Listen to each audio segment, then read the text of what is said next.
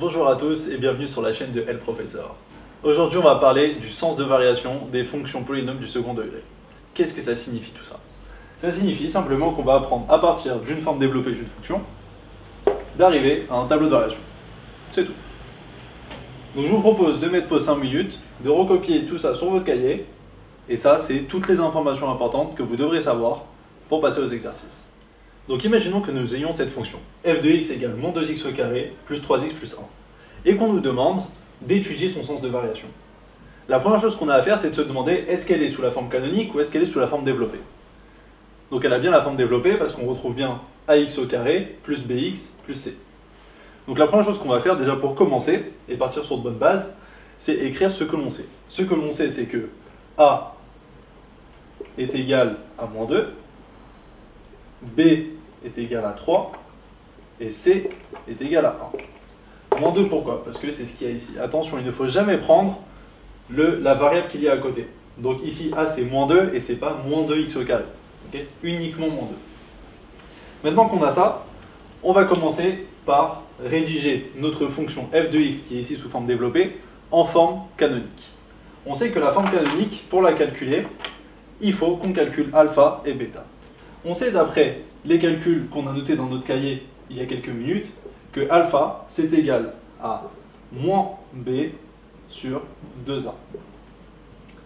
On obtient donc en remplaçant les lettres qu'on a ici par ceux qu'on a là-haut, moins 3 pour moins b, ici on va b égale 3, sur 2 fois 1. Donc 2 fois moins 2. On fait notre petit calcul et ça nous donne moins 3 sur moins 4. On simplifie les moins et il nous reste donc 3 quarts. Parfait. On a déjà notre alpha. Ensuite, on passe au calcul du bêta. Le bêta, il a pour formule moins b carré moins 4ac sur 4a. Encore une fois, on n'a plus qu'à remplacer avec les valeurs qu'on a écrites là-haut et on trouve moins b carré, donc 3 au carré, moins 4 fois a moins 2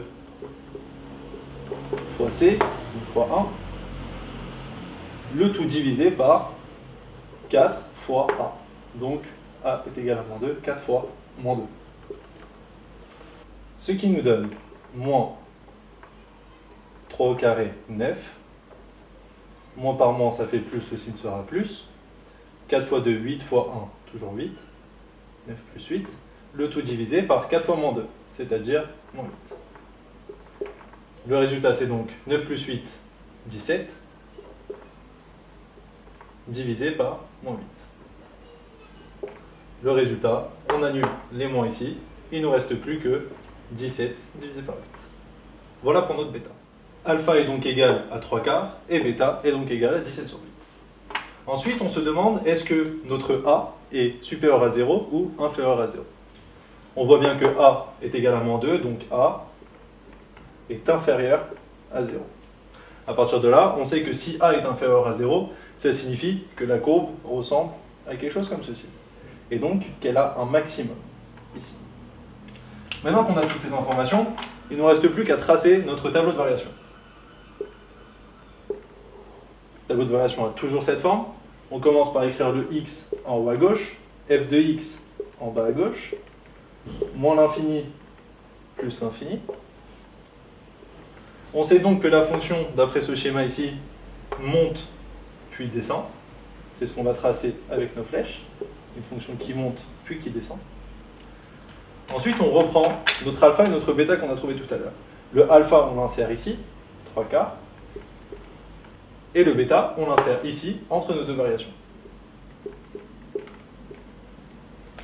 Et nous avons fini notre tableau de variation. Quand on relit notre tableau de variation, on voit bien que f de x est une fonction croissante puis décroissante qui atteint son maximum pour le point d'abscisse 3 quarts et d'ordonnée 17 sur 8. Prenons un autre exemple. Imaginons la fonction f de x égale 2x au carré moins 3x. Là, on remarque qu'il nous manque notre c. On peut d'ores et déjà écrire a égale 2 et b égale moins 3.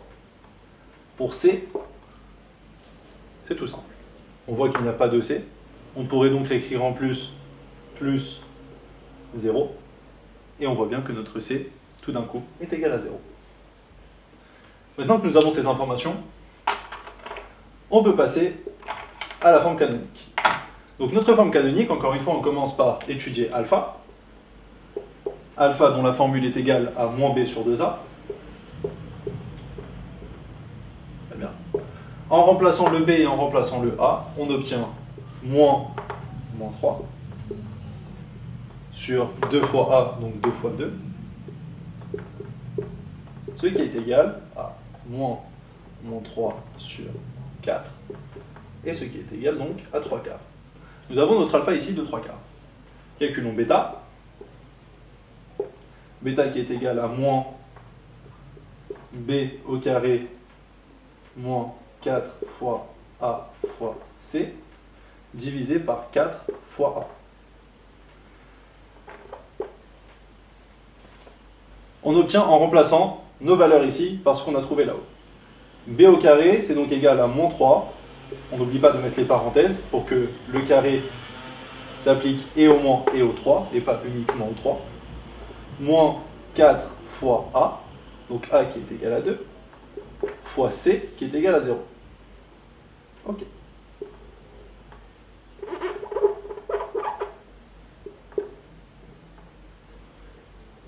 Le tout divisé par 4 fois A.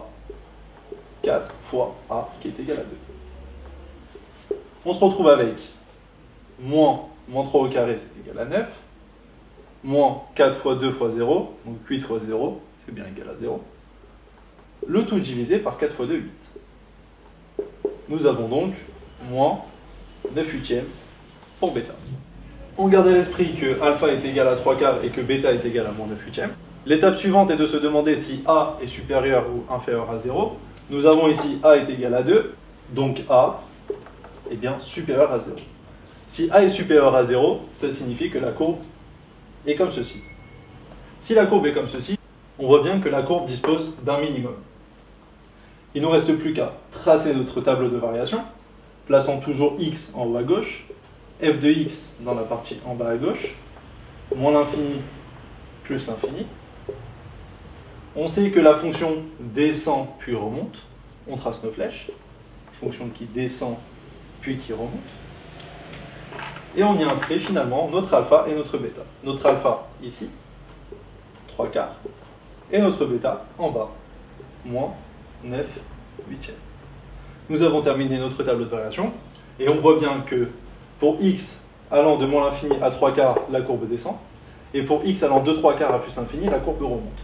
Pour un minimum atteint en 3 quarts, moins 9 huitièmes. Prenons un dernier exemple. Et prenons cette fonction-là. 3 facteurs de x plus 4, moins 3 demi. Ici, on voit que cette fonction est d'ores et déjà sous la forme canonique.